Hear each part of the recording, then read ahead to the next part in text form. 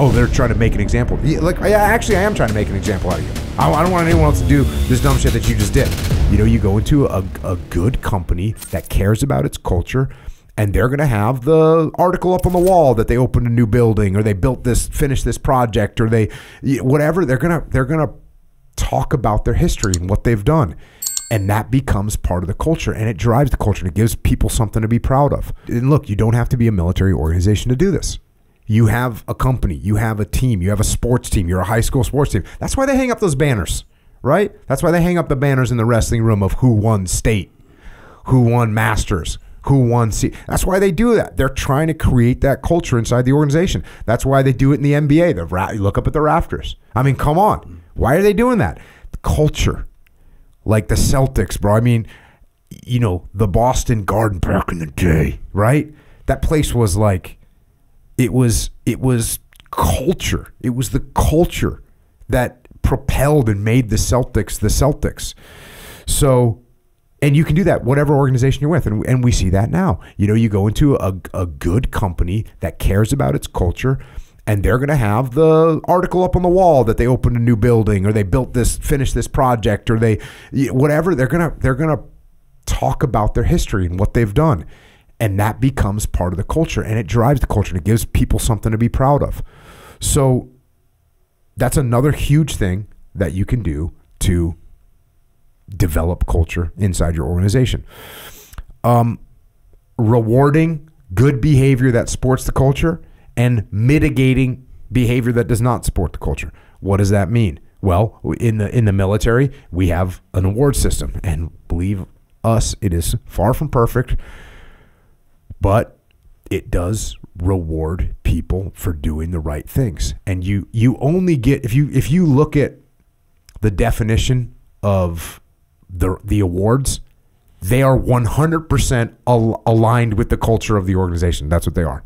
Even the administrative awards, they're aligned with the culture of the organization. That's what they're there for, is to grab this culture and move people in the right direction.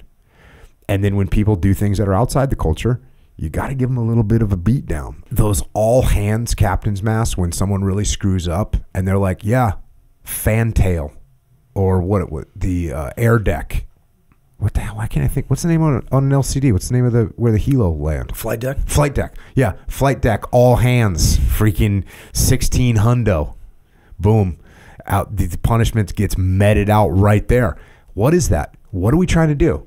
We trying to make the guy look bad? We trying to make him feel bad? No. We're trying to mitigate the impact of negative behavior for our culture of our organization. Now, look, do I recommend freaking all hands, dropping the hammer? In some cases, yeah.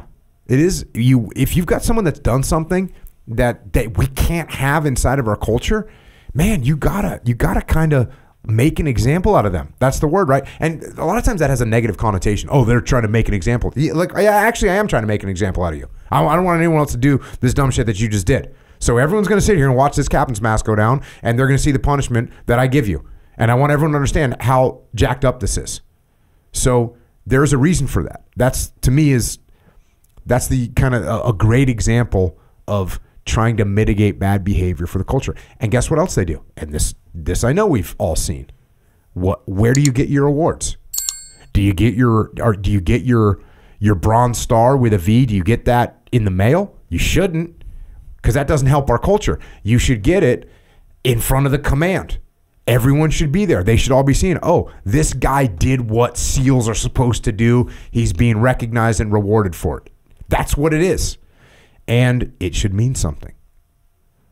So those are some things that you can do as a leader. Reward when people, that's why they have, it's literally why they have Employee of the Month at Chick-fil-A, right? It's like, hey, this person did what they're supposed to do. They set a great example. We're going to reward them in front of everybody. And everyone's going to clap, especially at Chick-fil-A. They're like, oh, we did it, right? They're fired up. Hey, we got a 16-year-old kid that's treating people with respect, showing up on time. Like they're knocking it out of the park. Good job. Employee of the Month. That's what we're doing. They get a freaking sticker or a tag, right? That's what's happening.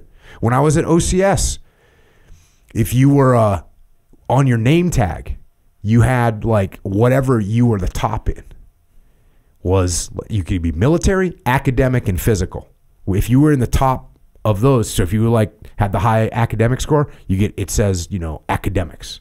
If you're a high military, you get military. Or what is it, military professionals? No, it was like military bearing or something like that. And then physical. And then if you got them all, you had a white name tag. They called it the snowflake. And when you're repping that snowflake, you're like, yo, you know what I'm saying? Look, I was in the freaking SEAL teams. I'd been in the SEAL teams for 8 years. And I showed up at OCS and got that snowflake, bro. I was kind of fired up. So those are some things you can think about. Now, I was going to say that Napoleon's quote about it's incredible what a man will do and risk his life for a worthless piece of ribbon. And I think just that public recognition of effort is awesome. Anytime that you can do that to show people what the standard looks like. And I wanted to say too, you know, when you're talking about mitigating underperformance. I mean, we wrote in Extreme Ownership, it's not what you preach, what you tolerate. You have to hold the standard high. You have to push the standard high for all the reasons we just talked about, to prepare people and make sure that they're ready to go take on the real world challenges that they're up against so they can be successful in what they're trying to do, you know, in business, in life, anywhere. But it doesn't have to be drop the hammer on people. And I think that's oftentimes, I mean, I think about how you typically did that in Tasking a Bruiser. And oftentimes it was just kind of asking some questions about like, hey, do you think that helps us out? You know, like, is that, do you think this improves our chances of getting a chance, going to Iraq? And so I think there's, we're all trying to, at that time we were trying to battle what task is going to get chosen to be able to get sent to fight the war, and other people are going to go to the Pacific Theater and train and not, be able to participate in combat operations. So you just related that back to like, okay, here's the standard. And if you don't meet that standard, that's going to affect what, our employment overseas and how we're actually going to be utilized. And that affects everybody, not just you, but every single person on the team.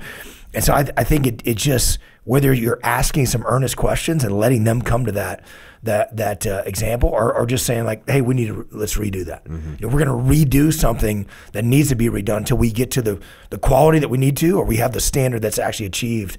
And I think just making sure that you're holding the line on that, and it doesn't have to be like, you screwed up, I'm dropping the hammer. It can simply just be, hey, do you think that helps us? And oftentimes, quite a few things that I got myself involved in were not helping us get where we wanted to go. Thanks for joining us, everybody. Hey, if you want to get into these a little bit deeper, or you want to talk to us directly, you go to extremeownership.com. You can join our online leadership academy. We talk about this stuff.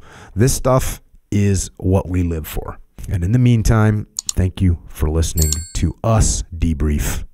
Now go lead.